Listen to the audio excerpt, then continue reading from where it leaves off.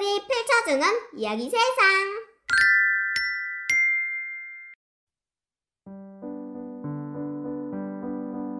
거만하여 거지가 된 임금. 멀고도 먼 옛날 거만한 임금님이 있었어요. 한 나라의 제일 높은 왕이라지만 어찌나 콧대가 높고 거만한지 모든 백성들이 눈살을 찌푸렸어요. 여봐라, 오늘은 사냥을 나가야겠으니 당장 준비토록 하라. 전하, 보릿고개에 겨우 연명하는 백성들의 사정도 깊이 헤아려 주시옵소서. 많은 행장을 꾸려 사냥을 하러 가신다면 백성들에게 보기가 좋지 않사옵니다. 무엄하게 왕의 명령을 거역하려 드는 것이냐? 내 그대를 엄히 다스리리라. 아침부터 대궐안이 큰 소리로 떠들썩하니 왕에게 문안을 드리러 왔던 왕비와 왕자는 그대로 물러나왔어요. 어마마마, 나이 어린 소자의 식견으로도 김정승의 말이 옳은 듯 하옵니다. 그러게 말이구나. 한나라의 어버이가 대신들의 충언을 들으려 하지 않으니 백성들은 어이없고. 왕비는 변하지 않는 왕의 성품을 걱정하며 간절히 기도했어요. 천지신명이시여, 우리 백성을 보살펴 주십시오. 임금님이 부디 자비로운 왕이 되어 백성을 굽어 살피도록 도와주십시오. 결국 임금은 많은 신하들과 여러 마을을 거쳐 남쪽 산으로 사냥을 나갔어요. 산과 골짜기를 이리저리 돌다 보니 온몸에 땀이 줄줄 흘렀어요. 여봐라, 좀 쉬어서 가자. 저기 계곡에 물이 좋으니 목욕을 해야겠다. 왕이 목욕을 하고 있을 때였어요. 어디서 나타났는지 한 사람이 자신의 옷을 벗어놓고 몰래 왕의 옷을 입었어요. 그러고는 근처에 메어둔 왕의 말을 타고 신하들이 있는 곳으로 갔지요. 목욕을 마친 왕은 옷을 입으려다 어리둥절했어요. 거참 이상하다. 분명 여기다 벗어놓았는데. 사방을 둘러보아도 임금의 옷은 보이지 않았어요. 대신 누더기 한 벌이 저만치 놓여 있었지요. 여봐라, 걔 아무도 없느냐? 내 옷이 없어졌다.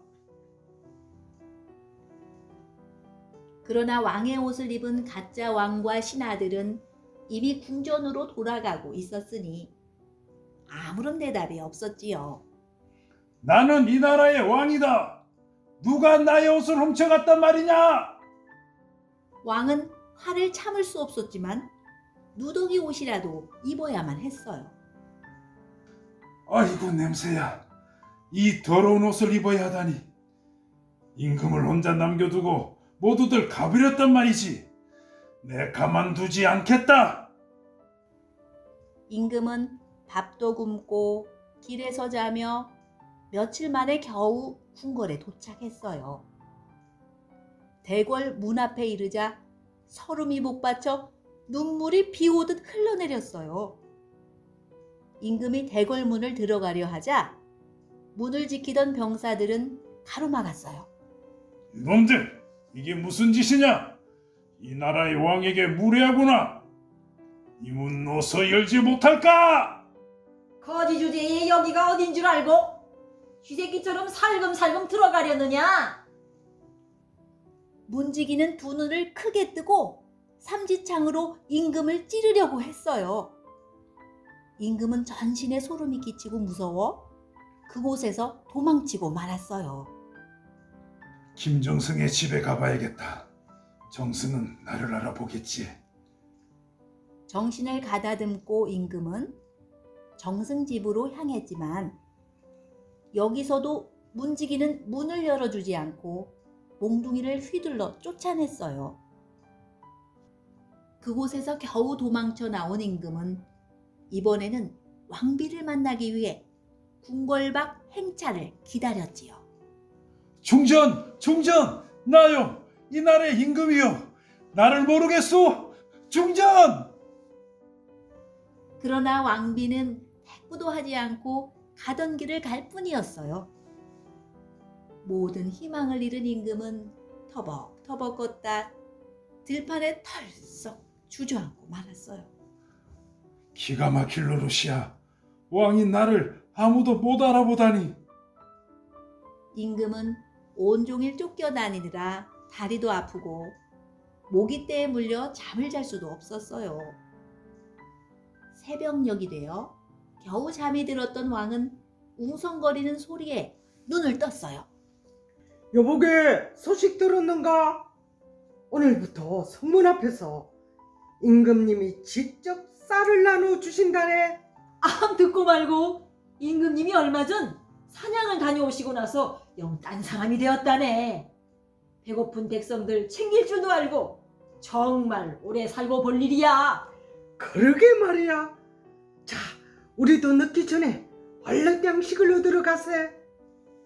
쫓겨난 왕도 굶주린 배를 부여잡고 성문으로 향했어요. 왕비와 왕자는 자기 자리를 빼앗은 가짜 왕과 함께 백성들에게 구휼미를 나누어 주고 있었어요. 그 모습을 지켜보던 임금은 지나온 세월을 돌아보았어요. 아, 내가 지금껏 사람들을 깔보고 거만하게 굴었기 때문에 하늘이 나에게 천벌을 내리셨구나. 임금은 부끄러워 고개를 들 수 없었어요.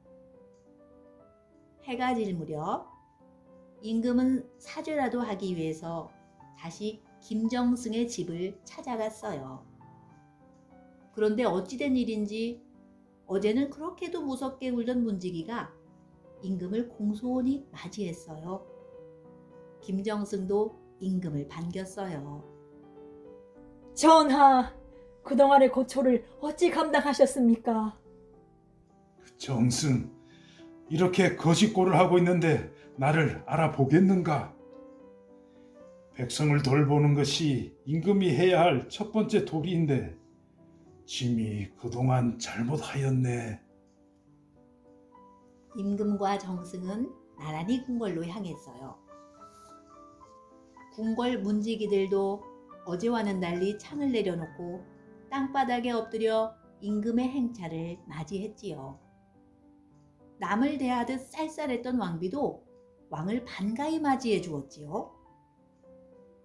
중전, 어제는 나를 몰라보더니 일이 어찌된 일이오? 모두 천신님의 지시에 따른 것이니 부디 용서하십시오. 그때 가짜 왕이 임금 앞에 다가왔어요. 상감, 난 하늘에서 내려온 천신이요. 상감이 너무 거만해서 이 나라가 망할까 염려되어 그것을 깨우쳐 주려고 왔소. 상감이 이제야 그 거만함을 버리고 이렇게 딴 사람이 되었으니 나는 도로 하늘나라로 가겠소. 앞으로도 변함없이 겸손한 마음으로 백성들을 잘 다스려 주시오. 천신은 말을 마치고는 온데간데 없이 사라져 버렸어요. 그래요. 어진 왕비의 지극한 기도를 들어주기 위해 천신이 하늘에서 내려와 임금이 잘못을 깨닫게 한 것이었어요. 그 후로 임금은 자신의 거만함을 뉘우치고 백성을 위해 덕을 베푸는 덕망 높은 왕이 되었답니다.